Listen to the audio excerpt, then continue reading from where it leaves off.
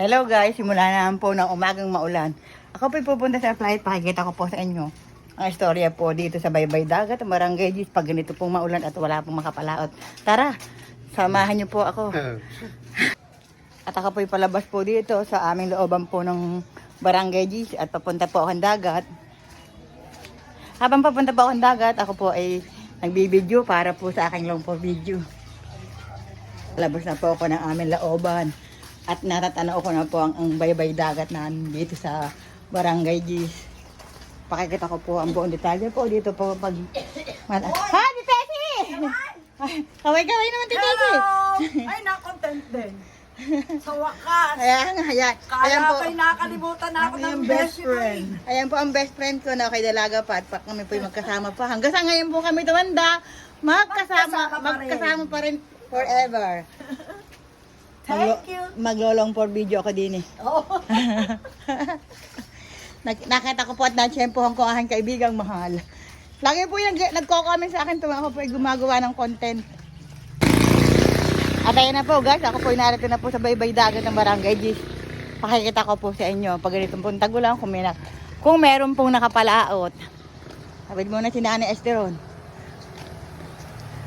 At ayan, ayan, yan po aming barangay hall na ginagawa. Siyempre po, pag ganito pong tag-ulan, yan pong barangay hall namin. Ay tigil po dahil ng tag-ulan po, mababasa po ang mga tauhan. Malapit na po siyang matap. Hindi pa naman po malapit. Ano na po siya, kung saan po yung nakaporma na po siya. At pag po yan po yung yari na, pakikita ko po sa inyo kung gaano po siya kaganda. Ayan po yung paggawa ni Kapitanang Mahal.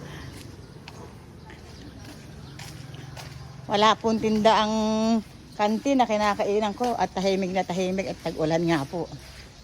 Hindi rin po nakapalaot ang aking mga junakis at aking asawa.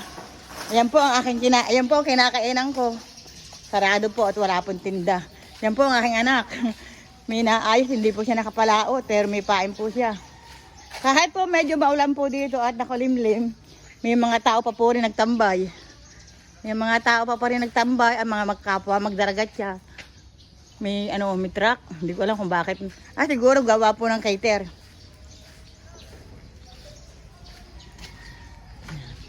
Meron po rin pailan-ilan na lumaot, yung mga jampula sa tinatawag po namin gilid.